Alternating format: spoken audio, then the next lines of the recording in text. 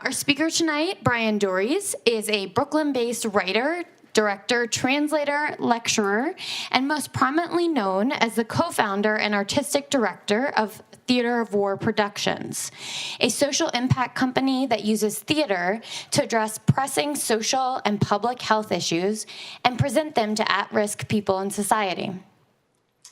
Featuring prominent film and stage actors and staged readings of plays from Antigone to Long Day's Journey into Night, Bryan addresses head-on issues such as combat-related psychological injury, PTSD, gun violence, police-community relations, prison reform, domestic violence, and others.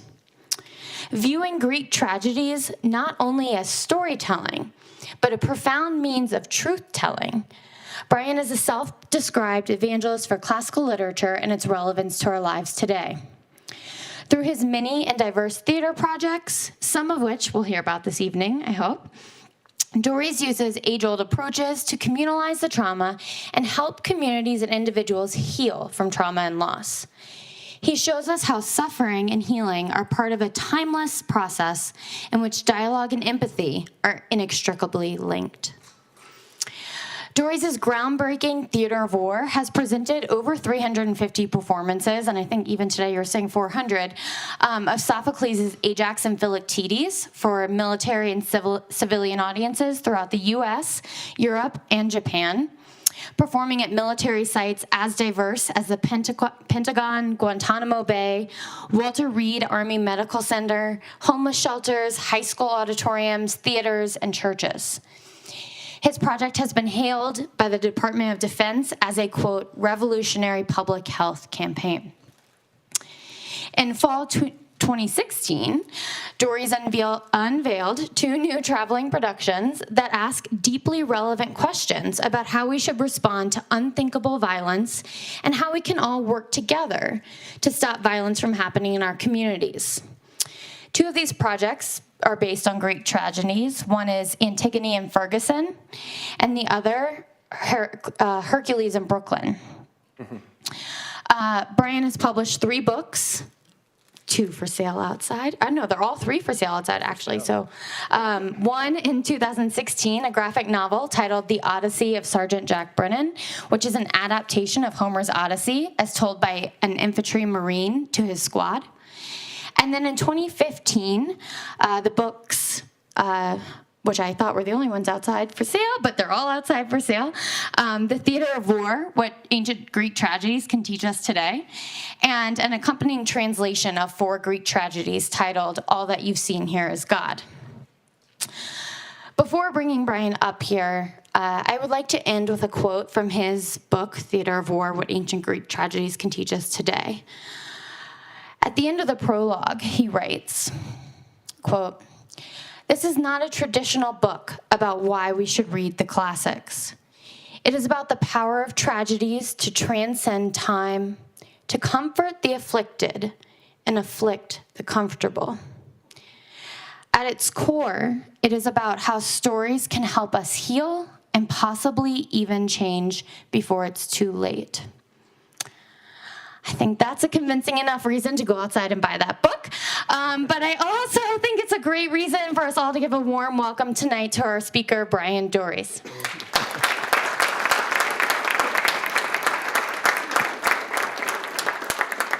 Thanks so much, Jessica, for that incredibly resounding advertisement for my books. I won't mention them again, but I'll be out there to sign them afterwards if you want to buy one.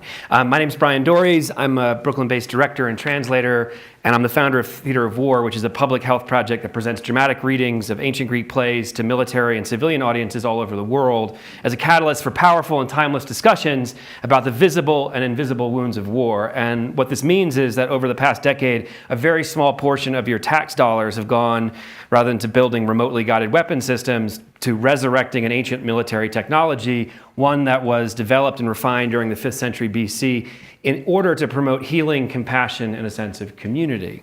Over the past 10 years, we performed Sophoclean tragedies such as Ajax and Philoctetes about decorated warriors struggling under the weight of their service to maintain dignity and honor in the face of betrayal, guilt, grief.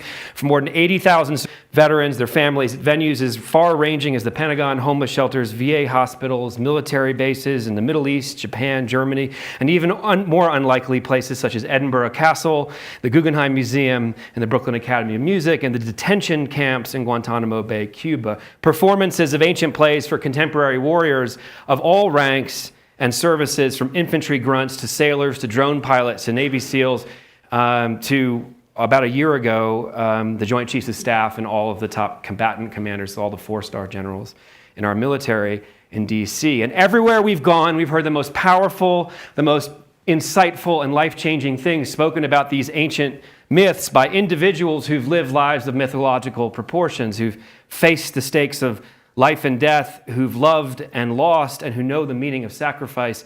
It's our contention that these are their stories. They belong not to those of us who were privileged enough to have studied them in the ivory tower or the university, but to those with skin in the game. So let's just take a moment and acknowledge that a majority of time when someone mentions Greek tragedy, even to the educated elite, we tend to glaze over with preemptive boredom and ennui. Most of us probably developed an allergy to Greek tragedy when some well-intending English teacher required us to read plays like Oedipus Rex, Antigone, Prometheus Bound, and the Oresteia in rigid Victorian-sounding translations, or forced to watch seemingly endless films featuring British actors in loose-fitting sheets and golden sandals declaiming the vocative refrain, "Oh Zeus," from behind masks. So if your early encounters with ancient Greeks sapped you of any ambition to ever pick up a play by Aeschylus, Sophocles, or Euripides again, know this: you are not alone. Aeschylus is known for having written his play Agamemnon that human beings learn through suffering, but for most students, studying ancient Greek drama is just an exercise in suffering with no apparent educational value. Our hope of this talk is to administer an antidote to the obligatory high school unit on ancient Greek tragedy. So for most of my life, I believed that, as I'm sure many of you do today, what I learned in school about Greek tragedy, that namely it was a supreme expression of pessimism by a fatalistic society depicting a universe in which we humans barely apprehend the forces at work upon us: chance, fate, luck, habit, gods, governments, genetics, until it's too late, usually milliseconds too late, and we have unwittingly destroyed ourselves, our loved ones, and generations of our family members to come. And while that is in fact what happens on stage in Greek tragedies, I wrestle with this question. Why would a people, no matter how cynical or fatalistic, gather together, close to 1/3 of the entire Athenian population, for 3 consecutive days each spring in Athens on the south slope of the Acropolis to watch plays about characters with reasonably good and noble intentions, learn of their mistakes too late, and watch them suffer wretchedly and grievously for it? What good could possibly come from such an exercise? Day after day, play after play, unless there was a difference, one that we may have missed for millennia, between what was happening on the stage and its effect on the audience. So what if tragedy is a form of storytelling that was designed not to send us home to wallow in our misery or in the fragility or futility of human existence, but to wake us up to the slim possibility of human agency, of making a choice that averts imminent disaster before it's too late? What if making a choice that averts, what if tragedy is as refined an advancement as architecture or the sculpture, law, government, sculpture of 5th century BCE, one that we're just now, 2,500 years later, beginning to harness, a form of storytelling that arose out of necessity over nearly 80 years of war to communalize trauma, give citizens permission to access and express their emotions, and help heal the city. I'm going to skip forward in this lecture that I've given several times before because I want to get to the part that I haven't given before. But I just want to take you through the first theater of war performance and give you a sense for what it was like. As soon as that's over, I'm going to talk a little bit about Antigone and Ferguson and show you a little bit of a clip of our work now, because this work that I did with Theater of War and that's in the books out in the hall is sort of a prequel to what we're doing in communities now across the country and the world. And then really open it up for discussion. The most exciting part for me is simply hearing from audiences and engaging. So we'll get to that hopefully rapidly, which is the reason that I moved so quickly through this material. But those Marines who attended the first military reading of my translations of Sophocles, Ajax, and Philoctetes in a Hyatt ballroom in San Diego came of their own volition. They had freely chosen ancient Greek dinner theater over free tickets to a Padres game, and many of them had brought their spouses to the performance. The bar and the buffet in the back of the cavernous room certainly helped draw the crowd, as did the presence of several well-known actors, including Jesse Eisenberg and David Strathairn. But no one who showed up that night had any idea, back in 2007, of what was about to happen, least of all, I. A large number of the Marines probably expected to see a fully staged reenactment of the 300 Spartans bravely standing down the Persian army at the Battle of Thermopylae, featuring hack-and-slash swordplay and pyrotechnics, and when they discovered 4 actors in their street clothes sitting at a long table in front of microphones wielding scripts instead of battle axes or spears, a sizable portion of the audience was visibly disappointed. But 20 minutes into the performance, as Bill Camp, the fierce New York actor playing Ajax, wailed and screamed about how he wished to kill Odysseus and finally resolved that a great man must live in honor or die an honorable death before plunging himself onto his enemy's sword, something in the audience began to shift.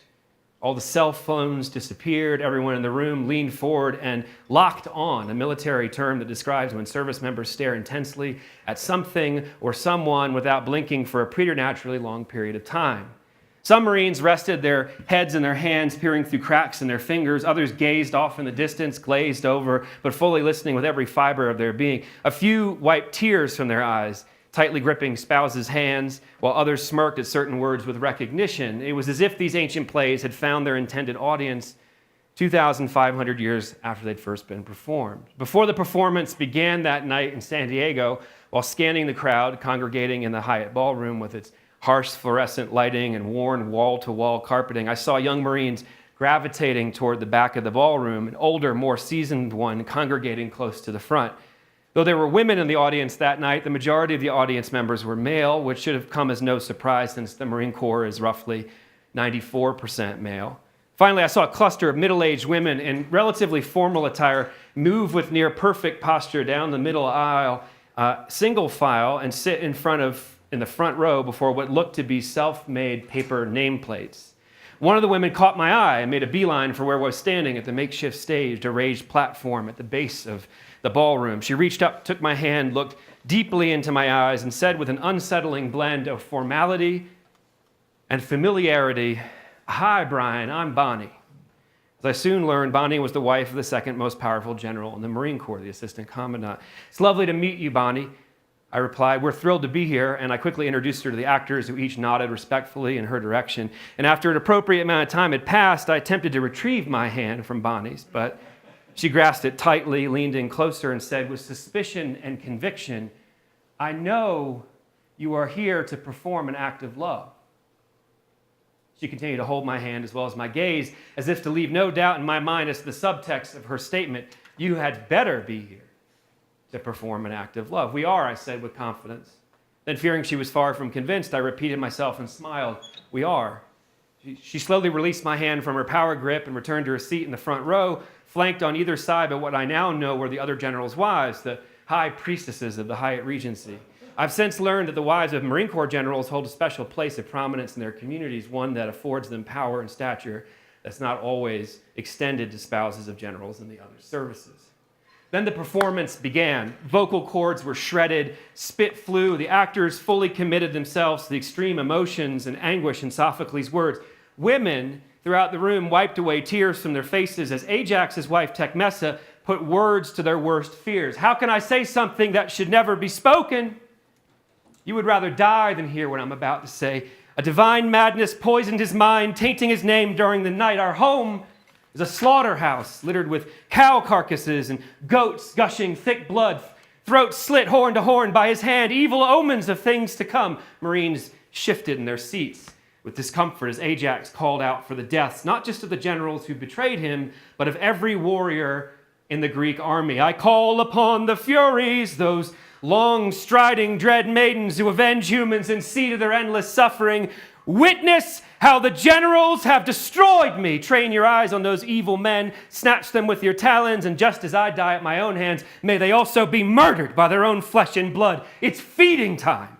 Gorge yourselves on the generals and their men. Descend upon the army, devour it whole, spare no soldier. And as minutes later, many audience members covered their ears as the warrior Philoctetes wailed in agony as the mysterious disease ravaged his broken body, calling out for death to visit him and release him from the pain. I have a sinking feeling. Your prayer will not be honored by the gods, son, for as we speak, blood is oozing from the sore, a dark red sign of evil things to come. The pain swells up underneath my foot, tightening in my chest. I am wretched. Please don't go. Please, you understand. You know. Stay with me. I wish they could feel this. The generals and Odysseus. Death. Death. Death. Where are you? Where are you? Why, after all these years of calling, have you not appeared? When the performance ended, it was followed by a long, powerful silence, and then overwhelming applause. A standing ovation that lasted minutes.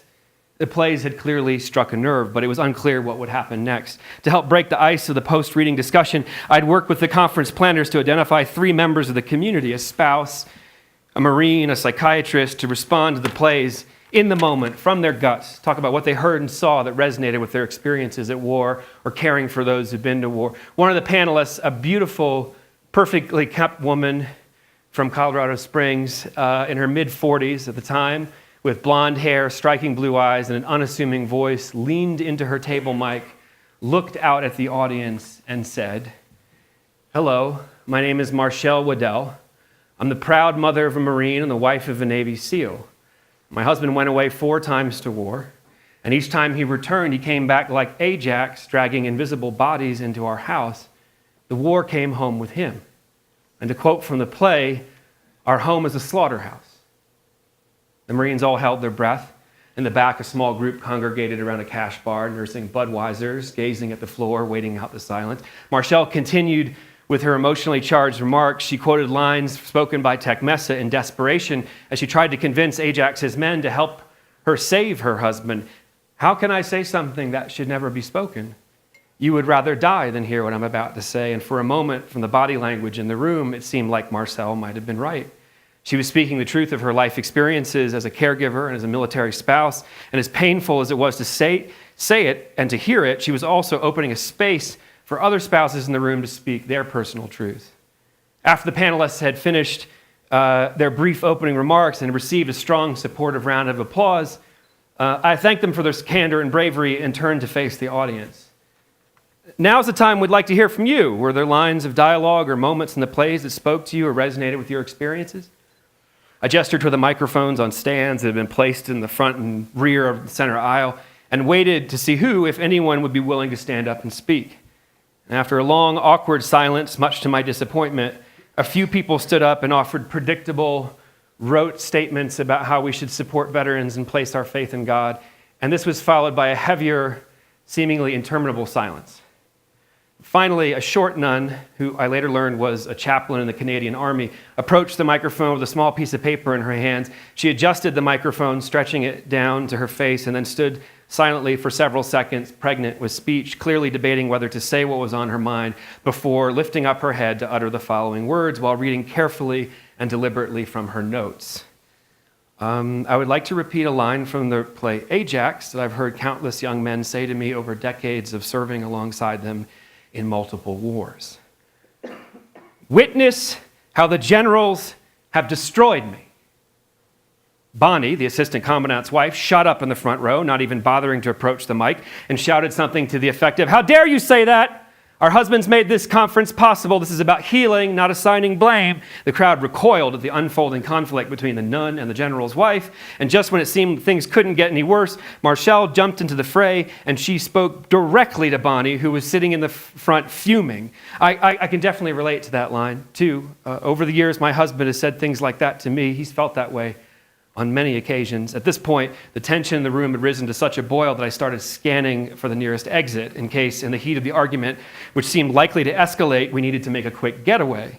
Marcel's remark prompted a second general's wife to stand up and go on the attack, accusing her and the nun purposely of undermining their husband's authority. Marshall responded calmly without sounding the least bit defensive. "I did not mean to say anything disrespectful about your husband, ma'am. I'm simply repeating something that my husband, who is a Navy SEAL and not a Marine, has said in the past." Before I knew it, there were at least 30 people lined up to speak at the microphones.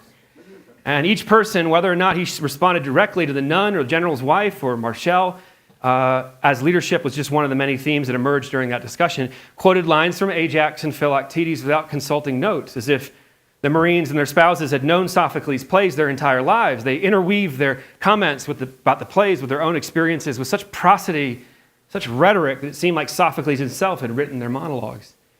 The event reached a dramatic climax when a charismatic African-American sergeant major stood up and began to deliver at full tilt a sermon about the price of leadership, aiming his words in the direction of the general's wives in the front row. And as he spoke, a large portion of the very diverse audience that assembled that night began calling and responding to him. To be a leader means that 99% of the time you try to do the right thing, but it doesn't mean just because you're a leader that you always end up doing the right thing. You say it, brother. To be a leader means that your decisions are going to cost lives. So even if you do the right thing, there are families of Marines who you have lost in battle, who will never think you did the right thing, no matter what you say. Amen. The sergeant major named Ronald Green, who most recently was the sergeant major of the Marine Corps, so he really wasn't punished for what he said that night, obviously, had emerged as a chorus leader, bridging the world of the play with the world of the audience. At times, it wasn't clear whether he was quoting from the play or speaking extemporaneously, so impassioned and dramatically compelling was his speech. He was taking a huge risk, speaking publicly to the general's wives in this manner, but his delivery was so eloquent and powerful that he rallied the rest of the audience to stand behind him and chant its support in unison. I later learned that the sergeant major received a phone call from Marine Corps headquarters later that week, inquiring about what he had said, but in the end, he was not disciplined. We had scheduled a 45-minute for an audience discussion following the plays, but the discussion continued well into the night. And after lasting more than 3.5 hours, it had to be cut off at midnight, but clearly it could have lasted until dawn. The next morning, as the actors and I were preparing to leave for the hotel for the airport, an AP reporter who had been assigned to cover the event walked over to me and said with sly amusement, "You do realize there were 3 generals sitting in the back row last night?" I stopped in my tracks, wide-eyed at the revelation that everyone else in the audience had been fully aware of, and that the discussion had been conducted in such a way that no one had addressed the generals directly. The closest they'd come was through their wives. Everyone had been speaking to the generals and to each other in this highly coded manner, which I barely apprehended. Standing in the Hyatt lobby, I realized something about the power of ancient Greek drama, both in the ancient world and now today, that I could not have known until I heard 400 Marines and their spouses responding to Sophocles' words. Thanks to the U.S. Marine Corps, we had peered into the ancient past and had come into contact with an aspect of performance that I believe must have been taking place in the confines of the theater of Dionysus during the 5th century BC, though we have no way of proving it. And I saw firsthand how these ancient plays possessed the power to disrupt hierarchies, at least temporarily, and to give warriors of all ranks permission to bear witness to the truth of the experience of war. Tragedy, it seemed, from the audience response in San Diego was not simply entertainment. In the right context, it was as if an ancient technology had been plugged into the right audience, almost like an external hard drive, where the technology and the audience knew what to do. Sophocles' plays had done exactly what they'd been designed to do. A few months after that first performance, The Theater of War, following a series of successful pilot performances for military audiences, I found myself sitting in Arlington, Virginia, in the office of Army Brigadier General Lori Sutton, her imposing desert boots propped up against the far edge of the conference table as she leaned back in her chair and rattled off her vision for my project, Rapid Fire, to a group of colonels and their support staff, pointing her finger around the room like a gun. "Here's what we do, gang. We rent football stadiums, pack them with soldiers, 30,000 a performance." At the time, General Sutton was the highest-ranking mental health professional in the U.S. military and the first female psychiatrist to rise to the rank of a general officer. In the fallout of the Walter Reed scandal, Congress had appropriated hundreds of millions of dollars to address the mental health needs of returning veterans, and General Sutton had been tasked by the Department of Defense with the enormous and impossible responsibility of leading the effort to heal the invisible wounds of war. This meant increasing the number of psychological resources available on military installations all over the world, but it also meant identifying and supporting novel approaches to eliminating the stigma associated with soldiers seeking help. And from the outset, the scale of the problem before her was vast and daunting, which explained why, when I met with her in Arlington a few months after a lunchtime performance, She led with the idea of staging Sophocles' plays for 30,000 soldiers at a time. "Time is not our friend," she said repeatedly during the first meeting in her office. I struggled to convince her that although Sophocles' original audience could have easily filled half a football stadium, the scale of theater of war performances would need to be much smaller in order to create a safe, intimate environment where soldiers and Marines and airmen and sailors would speak openly without fear of retribution. But the demand was so great and the issue so immense, according to the general, that we could spend the rest of our lives presenting Sophocles' plays to U.S. military audiences and reach just a small fraction of those who'd served in Iraq and Afghanistan. Never, she said, has so great a burden been placed on the shoulders of so few on behalf of so many for so long. The discussions about the scale and scope of the proposed tour lasted nearly a year, and after a grueling governmental contracting process, we finally reached a compromise. 100 performances that first year over 12 months on military installations throughout the world. We would target 250 to 500 service members per showing, leverage national media interest to reach millions more. At least that was the plan when we embarked upon an unprecedented partnership between the U.S. military and artists to resurrect an ancient general and bring his healing message of thousands who needed to hear it. So I'm going to skip ahead and just talk for a minute. That was the first performance of Theater of War. We recently, of that project, Theater of War had celebrated our 440th performance for a military audience. So over the last 10 years, we've been all over the world, every rank, every service, and also the civilian world. We've done many tours where we've tried to bridge the civilian-military divide, partnering with National Guard, reserve units, in communities across the country. We perform in Colorado quite a bit, all over the state. And that first project, Theater of War, was the day I quit my sort of day job, was soon after that meeting at the Pentagon, and started the company. And out of that initial project, we now have 20, soon to be 24 projects that have grown. The military has taught us everything we know about our approach, which is to use texts that have some type of distance, whether they're classical or contemporary, distance of time, distance of culture, to create a brave, permissive space where people are able to have conversations about hard to discuss things. Which sort of leads me to one of our latest projects, which Jessica mentioned, which I'm just going to describe that project a little bit, show you a clip, and then open up just for discussion with you all, because the majority of our work is spent listening to audiences, and I feel really uncomfortable simply talking at you and not hearing from you. So in the beginning, we went searching for audiences that by virtue of their life experiences would respond directly and powerfully to ancient plays. But in recent years, new audiences have begun seeking us and our theater company, Theater of War Productions, to ask, do you know of a play that could help a community deal with what we've been through? Each performance has led to the next. Each community has opened doors to others, expanding the reach of the work like an infinite series of concentric circles rippling out from the same point of impact. So after the death of Michael Brown in Ferguson, Missouri, I received such a call. As many of you know and remember, I presume it's almost 5 years ago now, come August, on the afternoon of August 9, 2014, an unarmed 14-year-old African-American man named Michael Brown was fatally shot in the streets of Ferguson, Missouri by a 28-year-old white police officer named Darren Wilson. And at first, the community responded peacefully with vigils and prayers, though the circumstances surrounding the shooting were disputed and tensions between the African-American community and the police ran extremely high. However, after the Ferguson police left Michael Brown's body in the street for several hours, baking in the summer heat, the city descended into unrest and violence as outrage began to spread, not just about the shooting, but about the desecration of Michael Brown's body. In the wake of the violence and unrest, which would stretch for months, then years, radiating out of Ferguson and into other communities across the United States that have also experienced police violence and racialized violence, and subsequently violence upon police officers, I received a phone call from a friend in St. Louis named Christy Bertelson, who attended the church where Michael Brown's memorial took place. Christy wondered if there might be an ancient tragedy that could help Ferguson and other communities like it begin to heal. And frankly, I was so intimidated by her question and the depth of the racial tensions in the community that it took me for more than a year to come back to her with a proposed play. We came back with Sophocles' Antigone. There's a theory that ancient Greek drama was a form of training for late adolescents, 18 or 19-year-olds, called ephebes, who were matriculating into military service and civic participation. That's why there's so many plays that have survived the ancient world that feature teenagers like Antigone, Ismene, Haman, Electra, Orestes, Pentheus, Hylas, the list goes on and on and on, Neoptolemus. thrust into ethically impossible situations for which there are no right or easy answers, only grayness and ambiguity, and by which they will be haunted for the rest of their lives, no matter what they decide to do. It's as if the Greeks were gathering these teenagers and saying, "Welcome to adult life."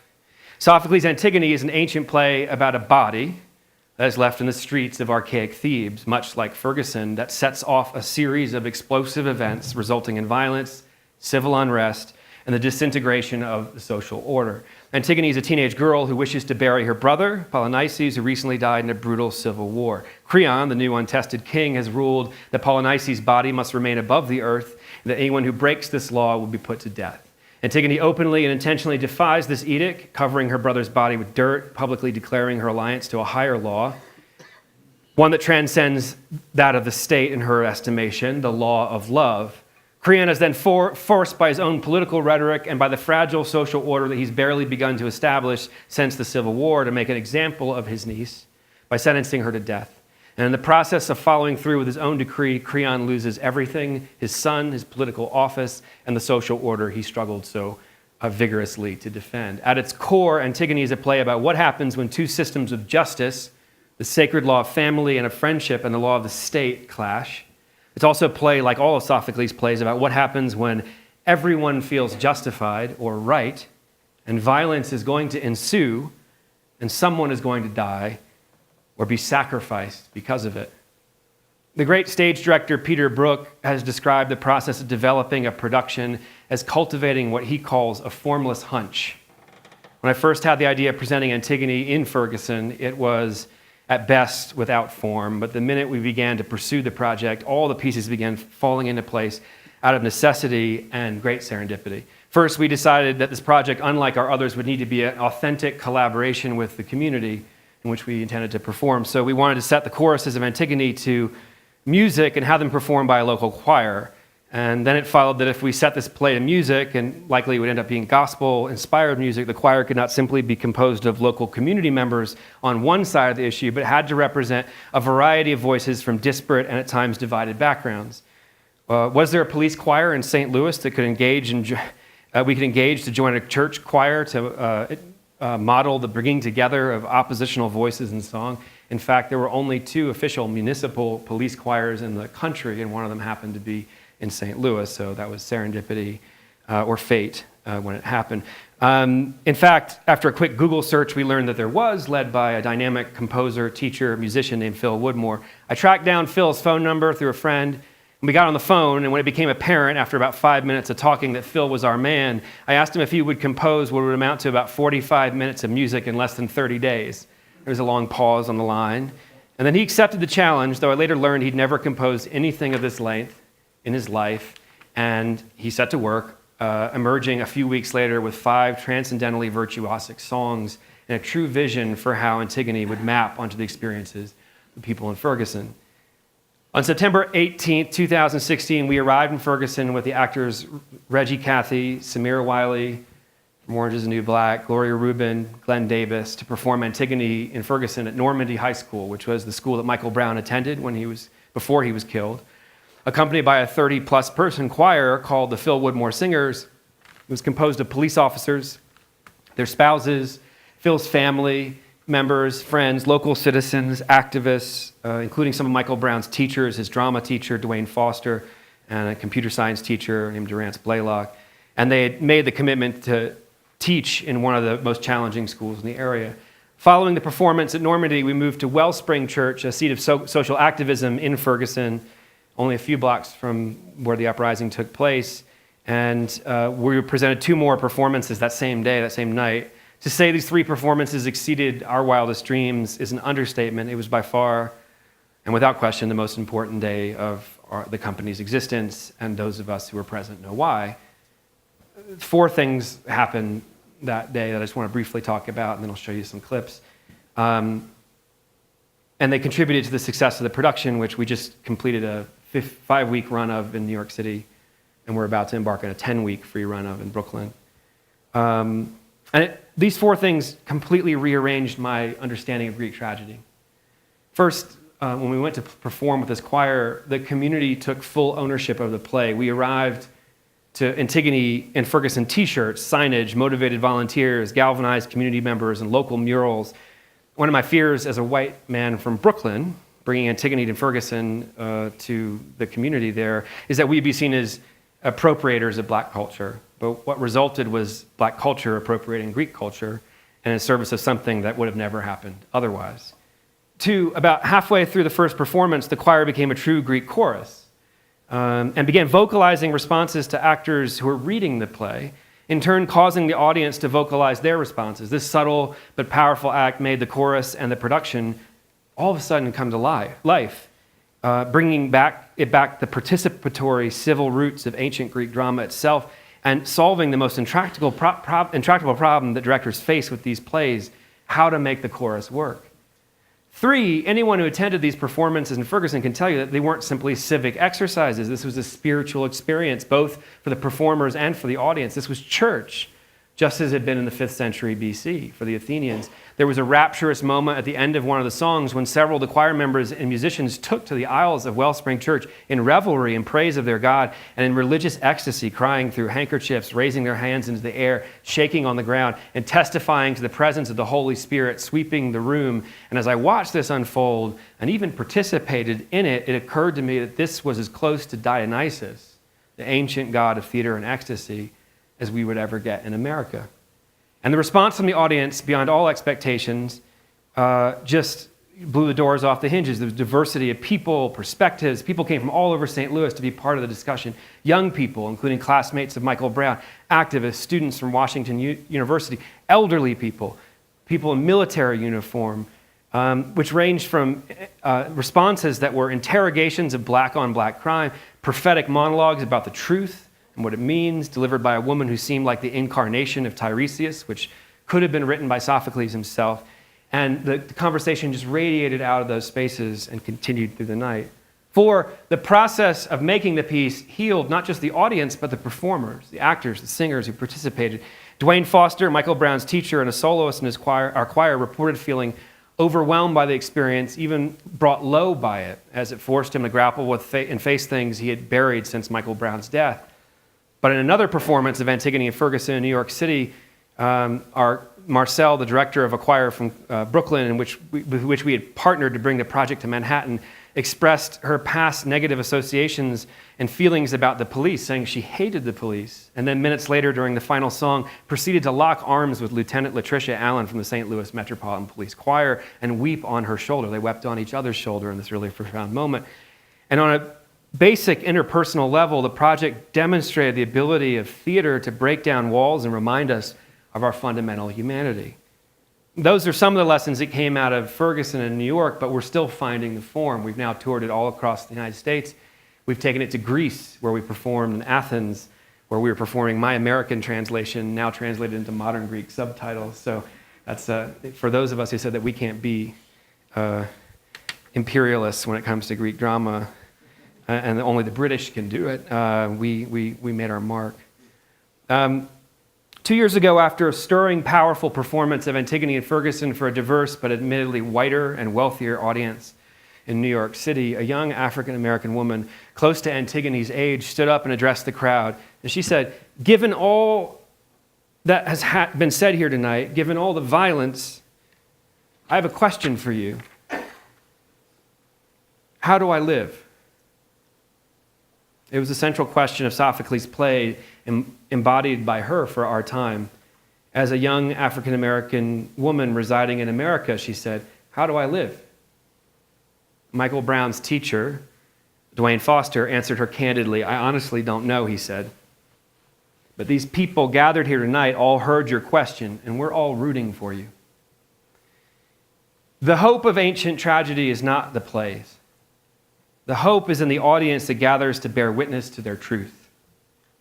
I have hope that by performing Antigone and Ferguson and some of our other projects that now address racism and violence, systems of oppression, guns, all over the country and all over the world, will help cities that have been torn apart and divided by these racial tensions, by police violence, and by seemingly unending violence in our streets, come together and face the darkness of what it means to be human as one human community. After an early performance at the Theater of War, a general stood up and took on my question that I often ask every theater of war audience. Why do you think Sophocles wrote this play?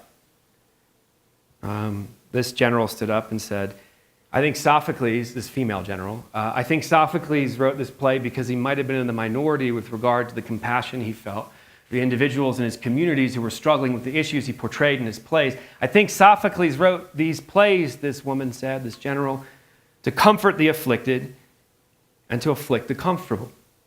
And that's become our mission statement. That's what happens every time we perform Greek tragedies for audiences who've lived lives of mythological proportions, those with skin in the game. We're comforted by what brings us together across disparate human experiences, comforted that we can have a common reaction to an uncomfortable portrayal of human suffering, and afflicted by the reality that watching a play and having a discussion is not enough. It's just the beginning. And afflicted that there is so much more that we can be doing to mitigate the suffering of people to our left and our right, in our homes, on public transportation, and in our places of work and of worship, who may have the screams of Ajax and Philoctetes and Antigone raging within their heads, though we can't hear them and we can't see them. And it's with that sense of affliction I'm going to conclude the written portion of my talk with the hope that it leads to some powerful discussion, to consciousness, and to positive action.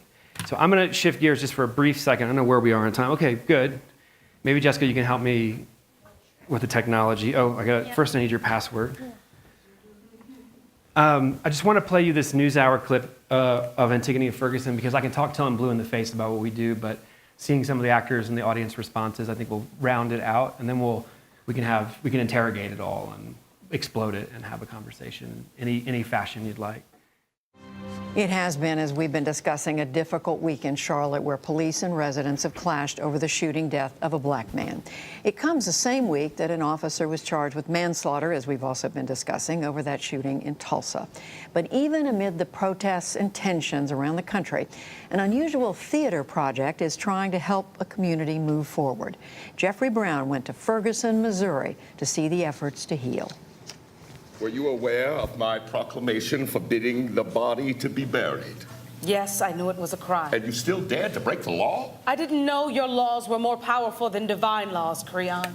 In ancient Thebes, a clash between the state's need for security and order and the conscience of an individual, as a dead body lies on the ground unburied.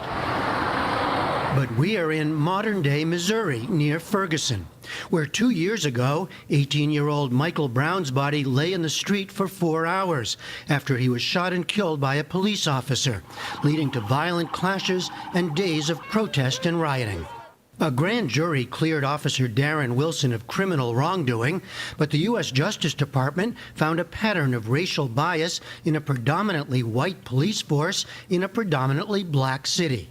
You talk about the racial disparity and all of that. It was just a pot that was waiting to boil over. We drove through the area where the shooting and rioting occurred with Lieutenant Latricia Allen of the St. Louis Metropolitan Police Department.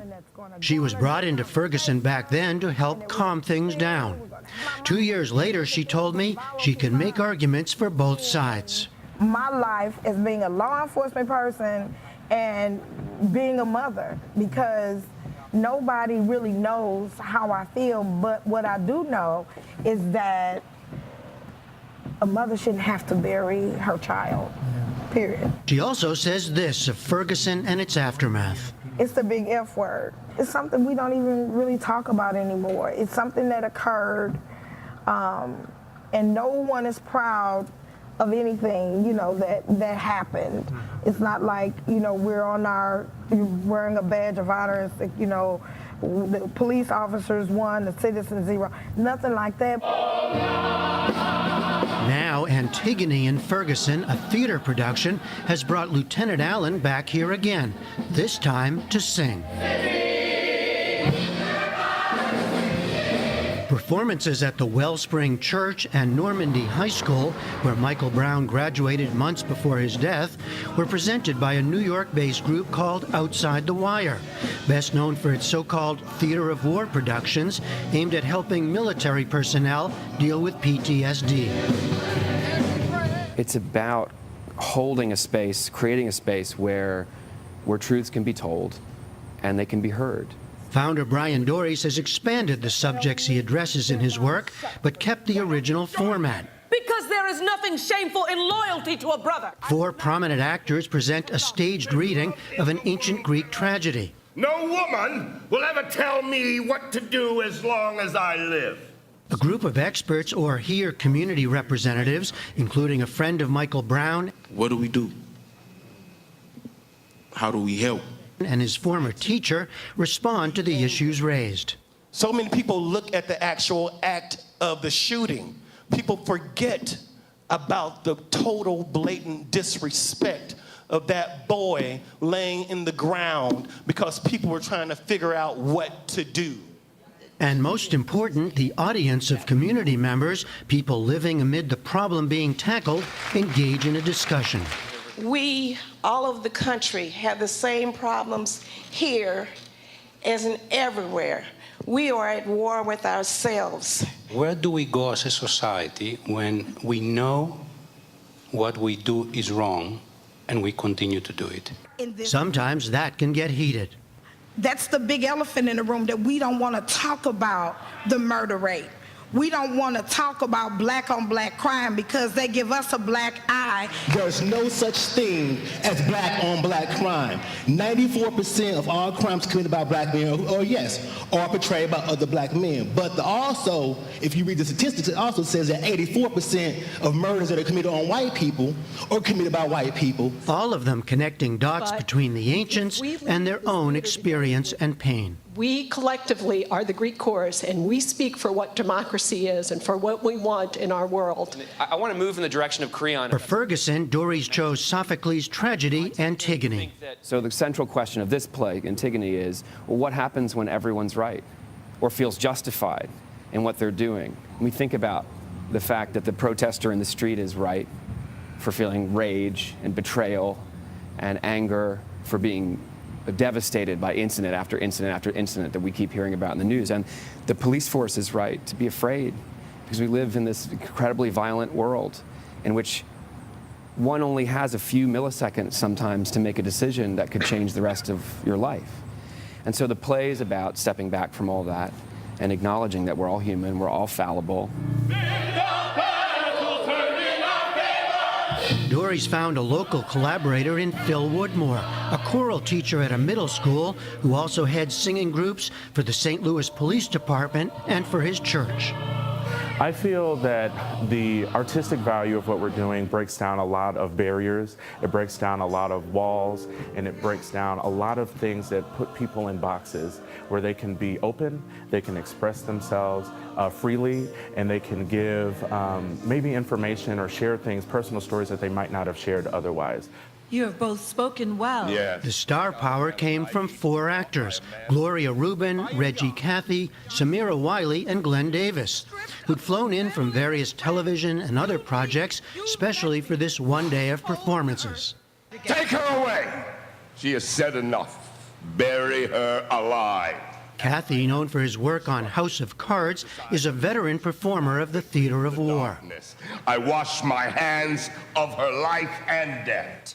This time he played Creon, the king and uncle of Antigone, who in trying to preserve the state is also tearing it apart. The family killing each other struck me really deeply, I guess because it's only my sister and I've lost both my parents. And that's what we're doing in America.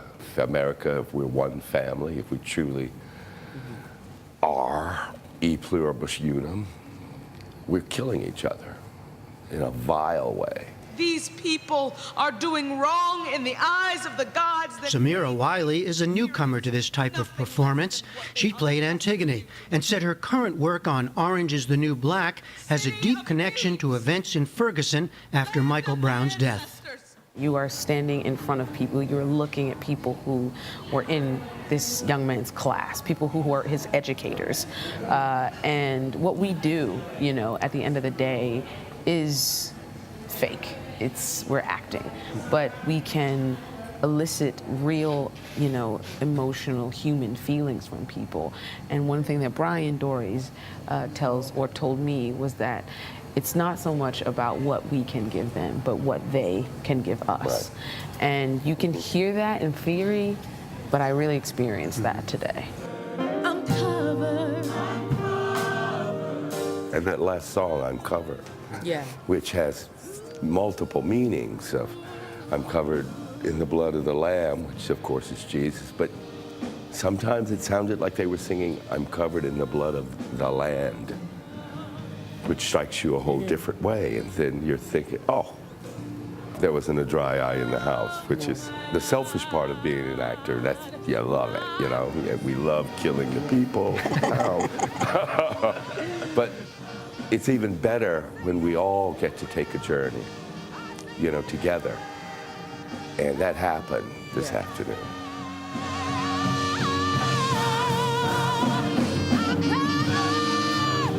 That song was written by Phil Woodmore and dedicated to St. Louis law enforcement. Through art, a chance to be heard and perhaps move forward.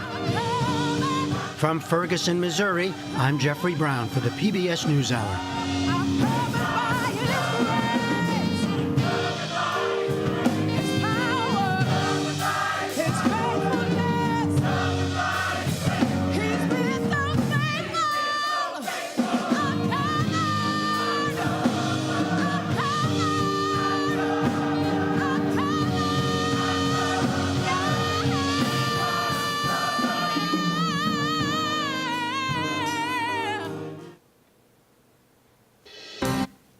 All right. So it's an anticlimactic thing to move from oration to a screen, but I want to move back to engaging with you all. We have a couple of mics. Jessica's kindly offered to run one of them. They call me the Phil Donahue of ancient Greek drama, so I'm going to run the second one.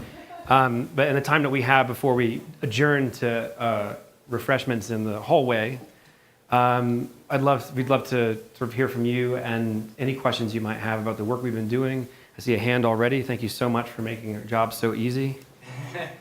Thank you. Yeah. That was mind expanding, and thank you for the work that you're doing. It was really just brilliant. Excellent. It reinforces an idea that I've heard before, that all the really important questions about life have already been asked and answered, and that therefore the ancients do have a lot to teach us. It reminds me of the Mark Twain quip, the ancients stole all our good ideas from us. But you said two things in your remarks that I want you to expand on. One was that the distance of 2.5 millennia, and I'm paraphrasing, 2.5 millennia and culture allowed a kind of psychological accessibility. Yeah. And then also then later you said about breaking down the walls to find our common humanity. Yeah. Can you speak to that? Sure. So just one of the primary tools of what there are 3 or 4 tools that we are using. I know that my bio says that I'm an evangelist for classical antiquity. I no longer necessarily ascribe to that. I'm an evangelist for the tool of ancient Greek theater as a strategy. I'm not sure this particular ancient culture over another ancient culture in terms of like relative wisdom I can speak to or evaluate, but I can say that the Greeks did something in the 5th century. They created this tool that we're trying to pull some of the same strategies from, and one of them is distance. So most of the plays in Athens in the 5th century were about the Trojan War, so we're talking about hundreds of years prior to when they're convening, and by virtue of that, there's a distance that's created that makes it possible for an audience to not feel accused of something.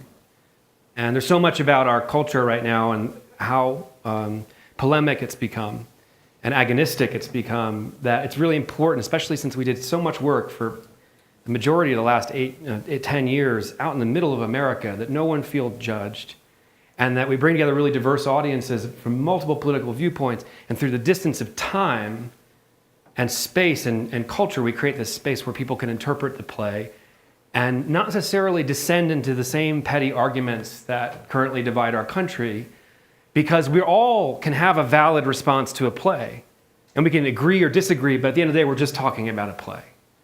And the fact that it's thousands of years old creates that space. Another tool that we use is discomfort. And I'm not really an actor, and Just for budgetary reasons, I tried to read some of the speeches today at full tilt, but they don't approximate the kind of power of hearing Reggie Cathy or Samira Wiley or Paul Giamatti or Frances McDormand or Adam Driver, some of our actors, going full tilt at this material. And then the note that I give actors is make them wish they'd never come. And I don't mean bore them to death or cause them to go home, and never pick up another Greek play again. But if in that moment, like we were talking about with the initial performance of Ajax, if the actor goes to the full extremity of human emotion and goes past what would be appropriate at a regional theater or Lincoln Center or in a sort of acculturated setting where we consume plays, and goes to a place that's so uncomfortable that for just a few seconds we're all scanning for the exits, then no matter what divides us, no matter what we disagree about, we all share in that discomfort. And then we can start from that place of discomfort. In the beginning, I thought it was empathy that the play, and that's a byproduct of what we're doing. But the real tool is discomfort. And it turns out that discomfort is this great equalizer. And so ancient Greek drama was a religious act in worship of the god Dionysus in the 5th century. This ancient god Dionysus was a syncretic god that was an Asian god, a Greek god that sort of mixed together that brought this ecstatic religion to Greece. And it was the god of boundary dissolution, the dissolution of the boundaries that separate us, between you and me. And so I would contend that ancient Greek drama was this incredibly refined technology, architecturally, aesthetically, psychologically, spiritually, civically, inextricably, that delivered this incredible effect that can still be measured to this day, which is, for a brief moment, as I was describing before, the hierarchy of the room can be disrupted. The private is speaking his truth in front of the general, the food service worker in the prison in front of the warden, the Black Lives Matter protester in front of the chief of police, and people hear each other in a way that isn't possible in sort of the discourse that we're engaged in normally. Obviously, I think the media through which we consume human suffering has inured us to human suffering. And there's something maybe about the novelty of theater, but also the power of this ancient technology to bring us into direct confrontation with what we should be feeling if we actually didn't walk around practicing a kind of clinical detachment from those feelings. So discomfort is the other tool that we use. And then it's really important for us not to be creating choirs simply to preach to the choir. Whether that chorus is in the audience or it's on the stage, we're really, really deliberate as a company to curate groups of people that don't agree. And where the stakes are of life and death for them in terms of the way forward. And so those are some of the constructs that I think we're modeling from the Athenian model, but it's not so much the stories, it's not so much the wisdom of the author as the sort of genius who's imparting these lessons upon us. It's the ingenious, nuanced beauty of this technology that still works. But we've lost touch with how it works in our culture today. Thank you for that first question, I appreciate it. I usually say to get people to talk that you have to, someone usually very handsome and kind and intelligent will speak first. So you don't have to be as kind or as intelligent as our first speaker. Maybe someone else would like to jump in and ask a question or throw out a comment or challenge something they've heard. Yeah, please. Yeah, you can talk. I think we can hear you, but we'll bring a mic to you because it will not be recorded for posterity without the mic. Well, thank you for that. I was curious about the fact that you seem to have your actors sitting behind a table and reading to the audience. And I was curious how maybe that might affect the way they use their bodies to perform, and if that was a deliberate choice, and if so, why? Yeah.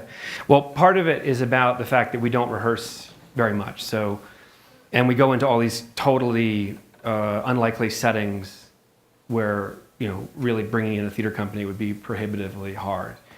So it was born out of necessity originally, but then it became the form as we've evolved. And the form is stripping Greek tragedy in particular bare of all the cultural signifiers, which it's overdetermined and overloaded, so that people can have their own direct experience of the sound of the words. That these Greek plays, it turns out, function as sound primarily from my perspective. I'm also not a visual person, so they hit me. And it turns out our auditory sense is our first, most immediate sense, and these plays were performed in these amphitheaters in which they were designed so you could hear with the kind of clarity of Bose noise-canceling headphones. And so, given that, we privilege sound. We also privilege a kind of Brechtian idea that the actors are in their street clothes, and before it starts, we're all sort of casually talking to each other. And oftentimes we're slotted into, like, institutionally into something that normally would be like a PowerPoint presentation or some kind of lecture or a sermon or angry rant by a sergeant major. And no one has any expectations that anything from behind a table could touch them on a spiritual level. And then all of a sudden we blast them with this material. And so setting expectations really low is always a good strategy, we found. And you couldn't get lower than PowerPoint. I mean, that's the death of all spiritual engagement in our world. Although I recently went to a church where the sermon was given by PowerPoint, and I thought, it's a friend of mine who delivered it. And it raised some questions for me about whether it might be possible. But our expectations about making these interconnections I'm talking about are so low. So that's the other one. The other is we are not interpreting the play for the audience. We're asking the audience to interpret it for us. And so everything represents on stage. I'm sure the theater people in here know, it's like you put a microphone on stage and all of a sudden it means something because we're doing a theatrical presentation. And so we try to strip all that away as well. And then finally, most important, the whole proposition of what we do is based on risk. So we bring the actors together and they rehearse for like an hour in a Holiday Inn room where usually they call the police on us while it's happening. And then the next morning we get up at the crack of dawn and they perform for 1,000 Marines who are all mandatorily, or they call voluntold in the military, like some of the students here tonight, made to watch Greek drama. And then, it's clear that the actors are taking the leap. And then we bring up 4 people from the community and they take the next risk. They speak extemporaneously from their guts to what they heard. Marcel says, our home is a slaughterhouse, and all of a sudden the room opens up in all these ways. And then I and other facilitators, we have a cadre of facilitators now, go out in the audience and we ask the audience questions. And the questions sound like they're about the play. Why do you think Sophocles wrote the play? But of course, there are variations on how did this make you feel. I'm the son of 2 psychologists, full disclosure, and this is one direction your life can take if you're the son of 2 mental health professionals. And I know, as well as everyone else, that asking people how they feel is not going to directly result in a great discussion. But we create some distance. And at the moment we got started, it was seen as a career-ending gesture in the military to raise your hand and say, I'm struggling with an invisible wound. But we could wheel in this sort of Trojan horse of this ancient Greek play, and all of a sudden everyone would be sharing their feelings and their thoughts. So those are things. But Reggie Cathy, unfortunately, who died last year, is one of our greatest actors who played Creon. He had really coarse hands, and he had trouble turning the pages of his script, and he would always integrate that into his performance. So Creon would get angry at his script, and Ajax would get angry. But that, if I had one way, I was saying this to some students earlier, one way of defining professional acting, it's messing up and recovering. And that's also what we're modeling for the audience. Take the risk of not sounding brilliant. And the actors are modeling that risk proposition. The second chorus, which is up here, the panel, they're modeling it too. And then the third chorus, which is the audience. Well, that's where the real performance happens. And the discussion always lasts longer than the performance in our model. And then people stand up and speak with such prosody and eloquence and rhetoric and passion that it almost always invariably exceeds the beauty of the play. And people with no education, people who've never heard of these plays, and maybe never will pick them up.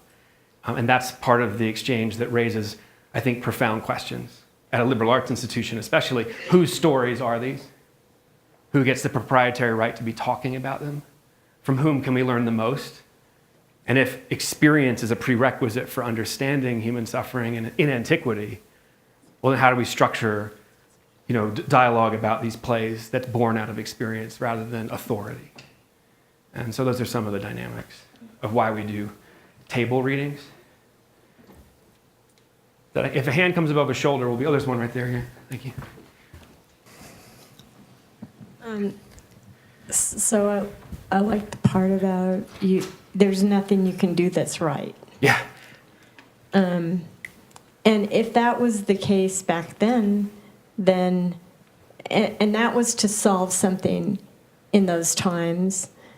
Was it solved then? And bringing it up now, why hasn't it, if it was solved then, or if it was examined then, then why has it taken thousands of years and still Michael was killed and still we can't get along? We still have a suicide epidemic in our military. Yeah, and still, you know. Yeah. I mean, it is a tragedy. So how does this, I still ask you again, how does that resolve? How does this resolve? Yeah. Looking at it again. Yeah. We saw it back then. Yeah, thank you. I said in my remarks that I had this long-standing fight with my father. I talk about this in my book. He was an experimental psychologist. He died about 8 years ago. And he believed, he was the last of the Skinnerians, these experimental psychologists with like rats in cages that believed they could extrapolate things about human behavior from animal behavior. And he believed that there was no possibility of meaningful change in human beings. And he would often sort of quote the Greek plays to me as a kind of, to illustrate rhetorically his point. Don't you see, it's all fate, it's all predetermined, genetics are fate, there's no possibility of averting disaster. We're neurologically frozen by our late 20s, and there's no, and we've learned since about neuroplasticity. And so just as a long way of answering your question, but I used to fight back, it's not like the possibility for change isn't, or progress isn't fleeting, because it is. It's as precious as those milliseconds before the disaster occurs in the plays.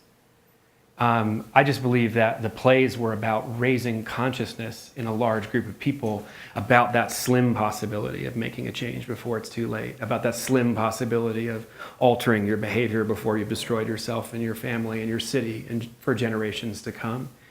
And I don't think it happens every time we perform. I don't think what we do is, I wouldn't even call it therapy or therapeutic. It's just a door through which people walk to all kinds of paths of healing. So after performances, people come up and they say, this is the first time I've spoken to my spouse about my traumatic experience, or this is the first time I've talked to a mental health professional. We've had lots of people come forward and tell us that they were contemplating suicide, and we've gotten them help immediately, and it's averted the suicide. We even had a performance where someone came forward who was plotting an act of violence against his community. And it was averted because he had come forward and there were mental health professionals there to intercede. One of the things I think is exciting, we've been performing outside the country a lot, especially in the UK, is that we as Americans on the left and the right seemingly all agree that we need more mental health resources in our country. And the military is a kind of, this unassailable at this point, and this generation of millennials that came back from Iraq and Afghanistan, this unassailable cohort that can bring this message to the entire country. And so we've seen the immediate power of someone becoming awakened by the play and by the discussion, and then seeking immediate help in a way that I think does result in change. But I don't believe that the path of progress is linear. And I do believe that as human beings, one of the reasons these tragedies are still relevant is because we have habituated, and we continue to habituate, making grievous errors over and over and over again that takes a very long time to correct. But I have a lot of faith in this generation of young people who are in this room. I think we perform for young audiences quite a bit, and the consciousness that's coming out of the millennial and post-millennial generation, the sensitivity, the refinement, the questioning that's coming out of this generation for all of our generation, respectively, are criticisms of them and their sensitivities, because we had it so much harder. We perform a lot, and it's the late adolescents, as it was in the Greek world, the ephebes, who seem to create a field of consciousness that raises everyone's awareness about why we should be talking about these issues. And then we go to the UK to perform, and people say, well, why are you talking about this? You're creating a class of victims. It's about self-victimization. Even the left-leaning actors we work with espouse some of these views. But I feel like we've reached a point in the United States where we collectively, I think for the most part, with some exception, agree that talking about these things in a big communal way is essential. And it's the only way forward, and that the progress will come from that. So that's a long riff to your answer. It may not have answered it fully for you, but I appreciate the question very much. We probably have time for a couple more. Yeah, I don't want to overstay. There's a couple hands back there. Take the microphone. Okay. So a couple of really quick complimentary observations to everything you've said tonight and to your entire project. One is that I teach a couple of courses here at CU on heroism, and that topic attracts a lot of combat veterans. And almost without exception, they have said to me, they've told me that the Iliad is the most powerful work about war that they've ever encountered. Yeah. And I had, for example, a 20-year gunnery sergeant, 4 tours of duty in Iraq, break down crying in class in a passage in the Iliad. So the power of the classics is tremendous. Also, as far as Antigone goes, Nelson Mandela, when he was imprisoned, it looks like you know this, in South Africa, played Haman. He chose of all the plays to produce, he chose Antigone. Yeah. Yeah. Yeah, and these plays have been used as rehearsals for revolution, reconciliation. There are so many contexts in which they've been healing and helpful. And I love the idea that Mandela played the son of Creon when he was imprisoned at Robben Island. Thank you so much. I appreciate those comments. And my pleasure. Yeah, this is wonderful. It strikes me that in a liberal arts or university setting, there are all kinds of questions about the canon right now, and about colonialism, and about imperialism, and about white supremacy, not meant in the sort of broad sense, but in the sense of how it's in the DNA of the courses that are taught and the books that are chosen and selected. And I guess my position, and the position we take as a company, is that inherent in this form is the capacity to interrogate these things. It's already right there. So rather than holding on to them like sacred, objects, Antigone is a play that's, we started with it thinking that it was about police-community relations and racialized violence, and then we discovered that it was really as much about misogyny and gender-based violence as it was about those topics. And the conversation has shifted as we've been producing it and talking about it around the country. How does a play like Antigone, which maps onto so many things, map onto the present moment? One of the requirements of my great classics professor in college, his name was Eugen Kuhlmann, and I studied the classical languages under him at his home. He was in his 80s. Was before we did Greek and Latin and Hebrew work exegetically every day, was to read the New York Times and to talk about it. And then we related the etymological work we were doing all day and the exegetical work to the events that were in that day's New York Times. I actually remember when the New York Times went from black and white to color, and it was like civilization had died. The look on his face. But I was thinking about that today when talking with students. The essential requirement to always be making that connection, whether it's historically, validated or not, to find the way to make the connection to the present moment. So when people, if I had one message to deliver to the students in the audience tonight, is you can pursue a life that you love without compromising and make a living, and don't let anyone else tell you otherwise. And 2, that all we've had to do when people come to ask us, do you have a play or a story that can help our community, is reach back to the very shelf of the text you're probably reading right now. It doesn't take much effort to reach back to the shelf. It's all right there. And I think the challenge is, how do you assimilate all the things in your life and all the things you're working on into one thing? There was a hand. Hope we didn't kill it. Over here. To go a 360, Yeah. what do you think the role is of comedy in the kind of work that you're doing? So I love talking about this. I won't belabor it, but those classicists in the room know that if you saw a Greek tragedy, you were just seeing, if you see one now today, you're seeing one of 4 arguments, because Greek plays were performed in 4s. Tetralogy, and tetralogy in Greek comes from tetralogia. 4 arguments make a whole. And one of the arguments was comedy. And after an entire day of tragedy, of seeing the same actors move through 3 different tragedies, sometimes with Aeschylus interrelated in subject and sometimes totally unrelated in theme. The same actors who played the tragic figures would come out as satyrs with giant phalloi and goatmen and make the most ribald and vulgar humor in front of this audience. Stuff that, in spite of our sense of humor now in America, would sometimes make us blush. In the Hykneotai, which is we have a fragment of this play from Sophocles, which is the Trackers. There's a shit-throwing contest on stage. The same actors who were playing potentially Antigone and Creon are now throwing excrement across the stage. And I think we don't understand, we can't really understand the full argument of what the Greeks were saying until we slam high tragedy up against irony and against self-awareness and against vulgarity. It's about the spiritual and the most vulgar parts of ourselves as beings coming together as one. Yeah. Well, not only that, I mean, some of the comedies, they weren't just vulgar, they had really great statements to make. Yeah. Like in Aristophanes' piece, where the god of war has kept peace in this cave.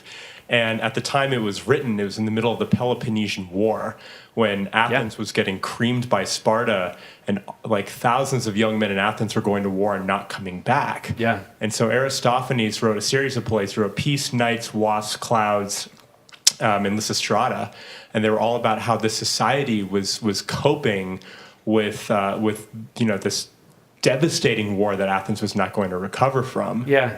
And what Aristophanes often did was he would use the shit throwing and the vulgarity in order to maintain the audience's attention. Because like you said, this was a 3-day festival. They were probably drunk out of their minds.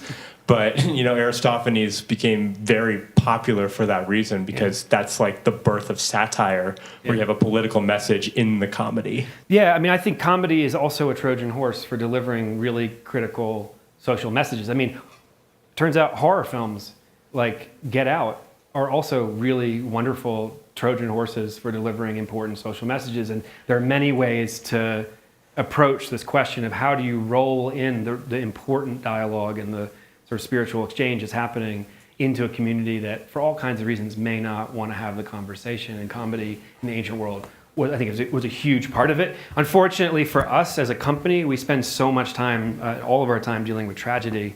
So hopefully one day we'll graduate to comedy and get a break from all of the stories that we tell. Let's hit this one last question in the back, and then there's still time to talk to Bryan outside with food and drinks. So indeed, you have the last word. No pressure. Oh well. Well, thank you. Well, I'm coming at this from my work perspective too. I know that you mentioned about developing different projects, and you've touched on different subjects, and I might not be familiar enough, but have you specifically developed or been interested in developing the perspective of war and the military from a female's perspective? Because I work for a homeless female veteran site, and I can definitely say that while some is touched upon, there are a number of experiences that women in particular go through in the military that isn't addressed, it's completely overlooked, and for the large part when you approach it, especially when it comes to MST, if you try to approach that subject, it gets shut down. Military sexual trauma. The statistic is that 1 in 5 women experience it, but 1 in 100 men do. But it's not talked really about for women, even though it is so common, because there is also kind of like that. Most of us have found that the people that they talk to are the perpetrators. Right. So I was just wondering whether or not you've ever wanted to have that air. Yeah. So we have several projects that address the women in military service and veterans, and we struggled with the question because, we tried simply changing the pronouns and casting Ajax as a woman, and it does work on a certain level because there are certain themes that just universally cut across military experience, like survivor's guilt or moral discomfort or moral injury. So we did. We call it our female warrior program, but Ajax is a woman all over the DoD, and also at the Women's War Memorial and Arlington Cemetery, which is this amazing theater that's built into the side of the cemetery. So you're sort of at the level of the graves when you're performing it. And at those performances, we'd have responses like female Marines raise their hands and say, this spoke directly to my experience. Others saying, how dare you simply change the pronouns and expect this to work? And there's room for all of that, you know. But we developed a project on sexual assault and consent that we brought to the Third Army in Kuwait and Qatar overseas. And it's based on a play by Stephen Belber called Tape. We're still performing on college campuses, universities, and we had a lot of success with that project in the early days of its development, getting especially diverse male and female and everything in between audiences in military bases and posts and concerns to openly address it. We did a performance for 150 infantry soldiers that included a group of women who were part of the cohort, and out of a group of 150, 8 people stood up and narrated and told stories of their sexual assault, and 4 of them were women and 4 of them were men, and that doesn't rise to the level of the statistics you mentioned. So yes, but we haven't found the ideal text, and it's something we think about. We do have a lot of female combat veterans especially serve on our panels, and we try to always swing in that direction. We also do Ajax, Theater of War Ajax, and we call it the Tech Mesa Project. And we focus on Ajax's wife, who has almost as many lines as Ajax in the play, and certainly as much at stake. And we curate audiences that are military caregivers and spouses and friends. And those are some of the most affecting performances we've done. So we look at those demographics. Admittedly, we haven't found the perfect text, and you can't simply change the pronouns of ancient texts and deliver something that feels as universal. But there is something to the Ajax story. We were doing Ajax for a battalion of women in a transportation unit at Fort Eustis in Virginia.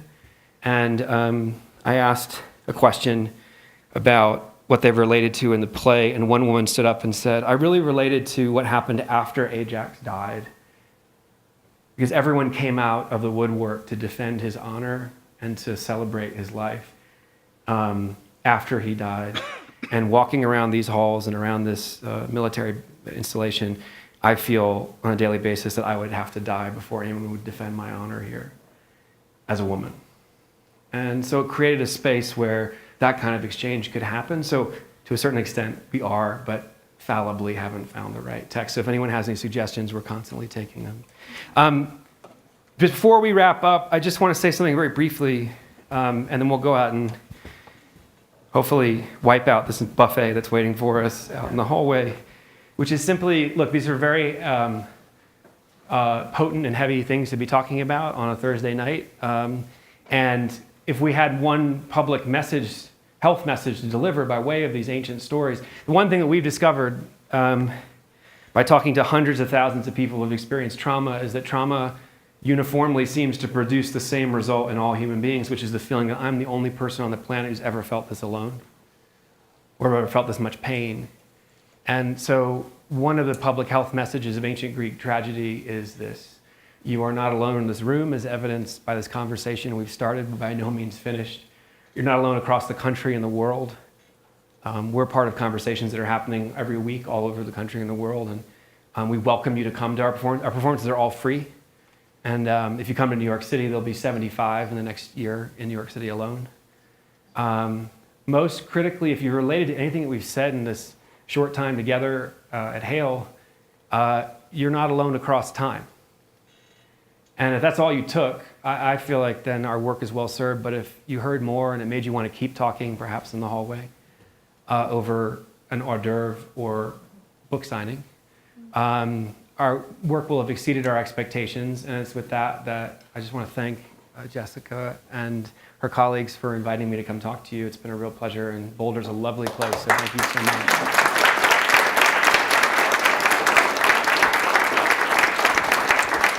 Bryan said that earlier today, and it made me emotional then, and it just made me emotional again. So if we can thank him one more time, it's been really wonderful having him on campus. And please join us outside to continue these conversations. Thanks.